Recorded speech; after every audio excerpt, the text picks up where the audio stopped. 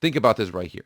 Worst start to a season in 25 years. QB controversy. Coach fired. At one point, Boise State had a 0.1% chance of making it to the championship game.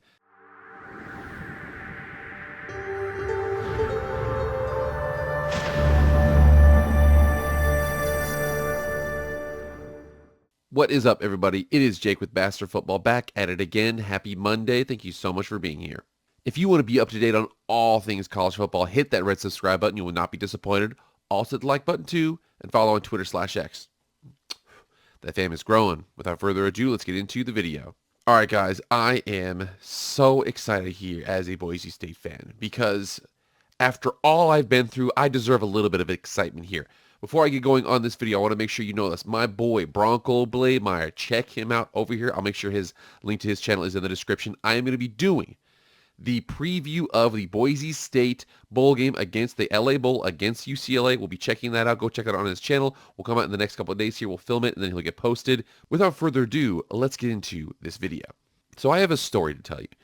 It is a very, very long story. Ultimately, it talks about one player and his journey. There's a lot of players in this journey for Boise State getting to where they're at and naming their new head coach. We think about Alexander Tubner, the guy who basically had no offers. Was the last spot available was on the team. He went out there, took it, and now he was the starting safety for the team. There's Ashton Jeanty, the star running back who, despite missing 2 games, still led the country in broken tackles as a running back, and many more names to be recognized. However, the most important one, I won't say the most important, I'll say the most vindicated one, bar none, is Taylen Green. Coming down here and checking out from Lewisville, Texas, the 6'5", 215-pound quarterback whose senior year was during COVID.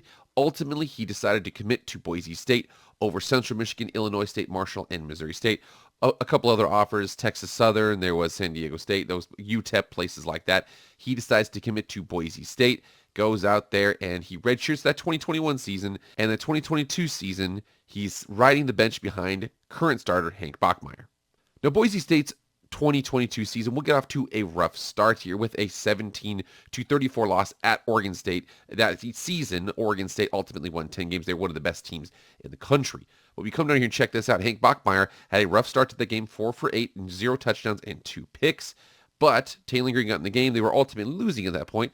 He had some surprising plays. One of them being a scramble, a 74-yard touchdown run in which he outran one of the better defenses in the country, 74 yards all the way to the house. He also went 19-20 for 155 and 1 interception. They lose the game, but, he was able to get some playing time. 2 more wins later, and they play at UTEP. Now, remember, the previous season they played UTEP. They're like, okay, this is going to be fine. We beat this team by 41 points at home. We're going to go down there. It's going to be just like last season. And it wasn't. Ultimately here, UTEP had absolutely just flustered the Boise State offense. Hank Bachmeier, the starting quarterback, finished 13 for 34 for 93 yards and 1 touchdown. George Halani, the starting running back, 16 carries for 75 yards. And ultimately, they just got wore down, and they lost by 17 points to a team. Remember, they beat by 41 the year before. With that loss to a team you beat by 41 points, ultimately, head coach Andy Avalos decided to fire offensive coordinator Tim Plow and let Dirk Cutter, whose son was on the team. He had basically played as an analyst. He's like, yeah, I can do something a little bit to get myself not so bored. And he decides to go out there and be the offensive coordinator for the remainder of the season. This guy at one point, Coach Maurice Jones-Drew, a head coach of the Falcons. He has been around the league, and he was given Taylen Green because starting quarterback Hank Bachmeier left the team too. So in addition to Tim Plow leaving, then Hank Bachmeier, who was only 4 games into the season because he only played 4 games, he could still redshirt. He decides to enter the portal. So unfortunately for Taylen Green, despite the fact he sat in 2021 and we thought he was going to sit in 2022, he was thrust into the starting role. And after that moment, he started the game. And remember here, against this game here, 35-13 win over San Diego State. They were down 13-0 at half. Ripped off 35 points in a row, and they went on to beat San Diego State, Fresno State, Air Force, Colorado State. They did lose to BYU with Puka Nacua, and then 41-3 over Nevada. Wyoming, Utah State ultimately losing to Fresno State in the conference championship game, and then winning the Frisco Bowl. But that result And what he did that season led to this. Checking out themountainwest.com and seeing the 2022 Football Superlative Awards, the Freshman of the Year was Taylon Green. So Taylon Green, at the beginning of 2022, he's like, I'm going to ride the bench. We got Hank Bachmeier. He saw it. He's going to play, and now he's not there anymore. Offensive coordinator fired. Quarterback left in the transfer portal. He gets thrust into the mix. They start off 2-2. He was, as a starter, was 8-2 to end that season. So you're thinking, okay, now the team's his. He's a sophomore. He's going to grow from here. Everything's going to be fine. Well, the 2023 season, this year, did not exactly start the ideal way you would imagine a championship team would start. The first 1 year was playing at University of Washington, and I was there in the crowd. It was a really big game. The number 10, team in the country. Ultimately, now they are in the CFP. Despite being within 9 points in the third quarter, ultimately that just became a rout because the Boise State's pass defense, which struggled early in the season, gave up 450 yards and 5 touchdowns to potentially the Heisman Trophy winner, Michael Penix. They lose on the road, 56-19. So they scored 19 points in their first game. Okay, we get it. Washington's really good. Now, however, at home, their first game at home, they only scored 16 points. Now, UCF is a pretty good team. They're in the Big 12, but 16 points. Something's going on here. Taylon Green, 9 of 19 for 1 touchdown, 1 interception. Max Manson was 5 of 8 with 1 touchdown. So Max Manson starts to get in the game a little bit there.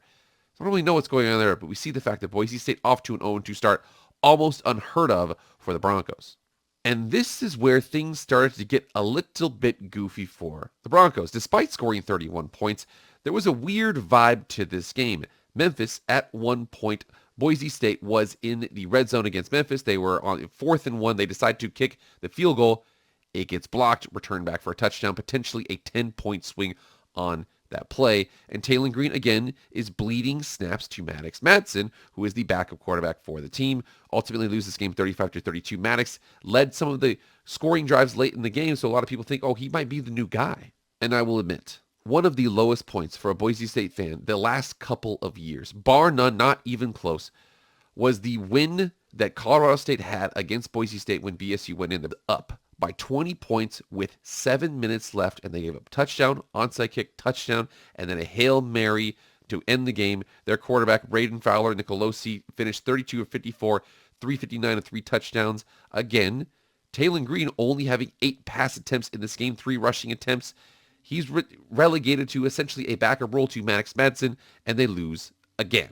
One more win later, and then they play at Fresno State, their heated rival, and their heated rival ultimately wins this game. Fresno State was 8-1 at this point, and Maddox Madsen essentially started the game.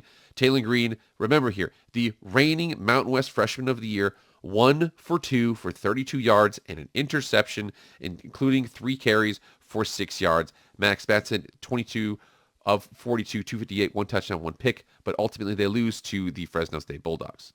Now, at this point in the season, you're 4-5, and you're like, what the heck is going on? Boise State in November has a losing record. This is shocking for them. So much so that one of the better players on the team, one of the few bright spots they had, Eric McAllister, a potential 1,000-yard receiver and a Biletnikoff Award watch finalist, he ultimately did this after that game.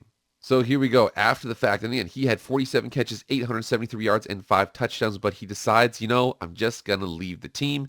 I just can't handle this situation. And that's when people started to say, okay, some stuff is going on with the team. They're losing some games. It seems like the really good players are entering the portal. There's a weird situation going on with the quarterback. What the hell is going on here?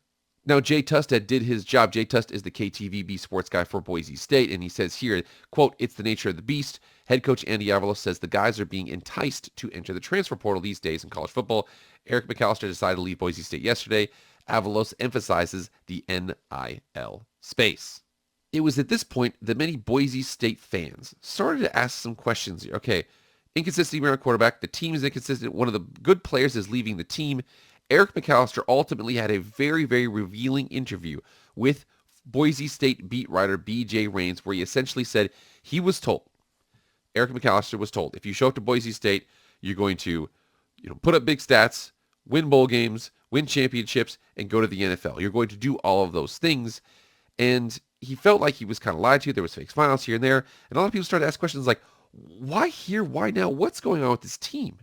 There were some rumors here that Andy Avalos ruled with an iron fist to the point to where people were not very looking forward to playing for him down the stretch. And unfortunately, even after this win, a decision was made on his future. So Boise State came out here 42-14 win over New Mexico. Ultimately, just a normal win. Again, New Mexico is a team that struggles with penalties. They're a very explosive team in some instances, but Boise State comes out, wins this game 42-14. And the very next day, Boise State fires head football coach Andy Avalos after a 22-14 record. Jeremiah Dickey, the AD, had said at one point that his heart, his mind, and his gut all agree with each other. And despite the fact of the 4-touchdown win at home, he decides to fire the former alumni Boise State head coach Andy Avalos, one of the first terminations in many decades. It also mentions here that the interim coach would be the defensive coordinator and longtime Boise State assistant Spencer Danielson. He will be named as the interim coach for the remainder of the season. And it seemed like a lot of things started to line up for Boise State to either sink or swim, because with Andy Avalos gone, with Eric McAllister gone, so you think about that. Number one target gone, head coach gone. You also think about backup quarterback, who was the starter towards the middle and ending of the season. He ultimately gets injured in that game against New Mexico, and he is out. So Taylor Green is once again in a pressure situation. 2022 takes over for a fired offensive coordinator and a quarterback who left in the transfer portal. This next year, he's got a fired head coach, and he's also got his backup quarterback who was splitting time with him gone. So again, the same situation. 2 straight seasons. He's at a quarterback he has had to sit behind. Essentially, this 2023, he essentially sat behind Max Madsen, and he's been thrust into the game. Sink or swim, Talon, figure it out. So the first indication here of something potentially being set right was this tweet. Now, this tweet was a couple days after Andy Avalos was fired on the 12th. This here was on the 25th. The portal remained open for Boise State players the second Andy Avalos was fired. Remember, that's the rule here. If you are fired coach, your portal for those players opens up immediately. You can leave immediately. Remarkably, no new Boise State players have entered the portal since he left. So again, whether or not that's good or not, again, players just aren't leaving. They're going to stay with this team, but they still have to play the games on the field. And the first one here was a great one. Despite getting out to a 7-0 deficit to end the first quarter, they rip off 31 points in the second quarter. I was at this game myself, ultimately winning at Utah State 45-10. And then the dreaded Air Force Falcons, who always give Boise State fits. Boise State hosts them. They win 27-19, and ultimately they end the season. Despite starting off 4-5, they're now 7-5, and oddly have a chance in the conference championship game, which eventually, because of Mountain West rules, came down to a computer tie. UNLV lost to San Jose State before that week. The same way Boise State won on a Friday, UNLV lost to San Jose State on a Saturday, and it came down to the computers to see who would pick to go to the Mountain West Championship game, and Boise State faces off against UNLV at UNLV for that conference championship game. So Taylor Green, remember, many times throughout the season, he was kind of questioned here. Okay, we got this Max Madsen guy coming in the game. Oh yeah, well, unfortunately, we got a really bad pass defense. No, it's the offense's fault. We're going to implement this 2-quarterback system. Whatever it is, he has been questioned throughout the 2023 season. Now, he has a rare opportunity to win the Mountain West Championship game, and your boy did. Boise State comes out and visits UNLV. UNLV, in the 9-3 season, one of the best seasons they've had all year, and Boise State enters their house, wins 44-20, puts up 225 passing, 301 yards rushing, 2 interceptions on Jaden Maiava, and they held UNLV to under 100 yards rushing and under 3 yards per carry. And Alex Kirshner really dialed this in here. A bleak example of how college football works. Boise State is having a nightmare season that got the coach fired. One of their best players, Eric McAllister, just rolled out in the portal. UNLV is having a dream season and is one of the toasts of college football. And it's 41-20 Boise Lowell.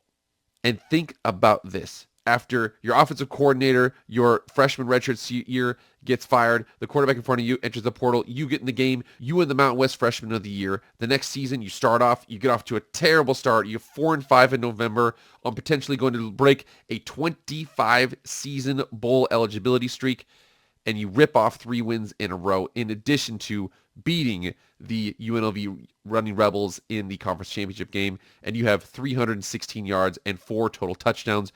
Boise State offensive MVP of the Mountain West Football Championship game, Taylor Green. And there's nothing that's going to highlight this crazy of a season you will ever see in Boise State history for sure, and maybe even college football. Think about this right here. Worst start to a season in 25 years.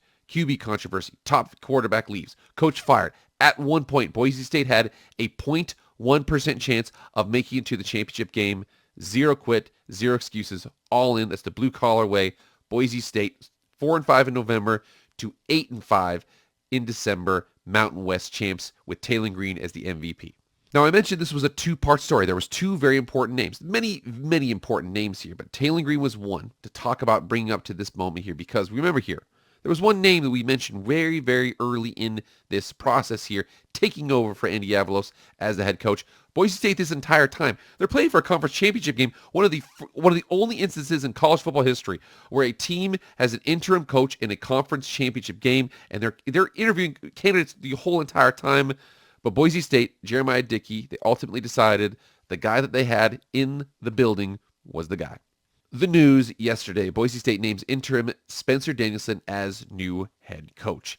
And I'm letting you know, despite the fact they get off to a 3-0 record as interim coach, including a 44-20 blowout over UNLV in the Mountain West title game Saturday night in Las Vegas, despite all of that, there was a lot of things that were happening here that were very confusing, but they ultimately led to maybe there's something going on here with the Spencer Danielson guy, because even with the fact he was interim coach and doing a lot of things here, things like this were happening behind everybody's back. 3-star defensive lineman Lopez Sanusi from London, England, commits to Boise State Broncos. Now think about this. So this right here was on November 22nd. Spencer Danielson was hired yesterday. Andy Avalos was fired on the 12th. This was 10 days after he got fired. And a couple weeks before Spencer Danielson got hired, he committed. This was happening the entire time while Spencer Danielson was the head coach. He has whatever's going on, he was getting people to commit while he was the interim coach with no indication he was going to be the head coach. This is what Spencer Danielson is for this Boise State team. He is something different, my friends. And for those of you who forgot, now I know the 2023 season, especially the first 7 games, it was off to a weird start. The end of the season, things got together and everything kind of aligned. But remember, in 2022, with all this going on, Boise State had the number 6 defense in the country. Look, the 4 teams ahead of it are all Big Ten teams, and 3 of them Big Ten West teams. What do you know? And then Air Force, Michigan, and Boise State, the number 6 defense in the country. That he was the architect of this defense. This is what he's capable of. So for Boise State, their quarterback gets redeemed. They win the conference championship game. They keep alive a now 26 consecutive seasons of being bowl eligible, and they nab their new head coach, Spencer Danielson, the interim guy. This team is one of the most unique teams I've ever seen in my entire life, and the future of the program looks bright. They guarantee the fact that 8-5 right here, they can't have a losing season this year. I'm so grateful for them. I do know that Spencer Danielson's first full season as a head coach is going to be interesting because, again, the thing about Boise State, especially in September, as much as they play a Mountain West schedule in October and November, they do their best to schedule those tough teams in September, and they've got a Power 5 schedule coming up. So you check out their 2024 opponents here. At Georgia Southern, we'll see what happens there. It's a road game. Home against Oregon State. Oregon State was a very solid team this season. They did get hit hard in the portal there. And then remember here, September 14th at Oregon. Remember that Oregon, who potentially also might be get DJU from Oregon State, transfer to Oregon. So remember there. Boise State, Spencer Danielson, it's a good story, but remember, you're going to hit the ground running here because the last 2 Septembers haven't gone so well for the Broncos. We'll see what he can do, but we're all rooting for you. I would love to listen to any story about a crazier season than Boise State football this season, and the fact that they win. Again, one of the first times ever an interim team, an interim coach has won a conference championship game. It's absolutely amazing. Taylor Green redemption story, Spencer Danielson head coach. This team is going places. I know people say, oh yeah, well, Boise's over. Bro, they're just getting started. I'm telling you. All right, guys, get in the comments right now and let me know what you think about all this. I'm so happy. Again, this was me. It's like fan service. I'm just doing this for myself, but it's a really cool story. Get in the comments. Let me know what you think about all this. But I'll see you guys later. I am out.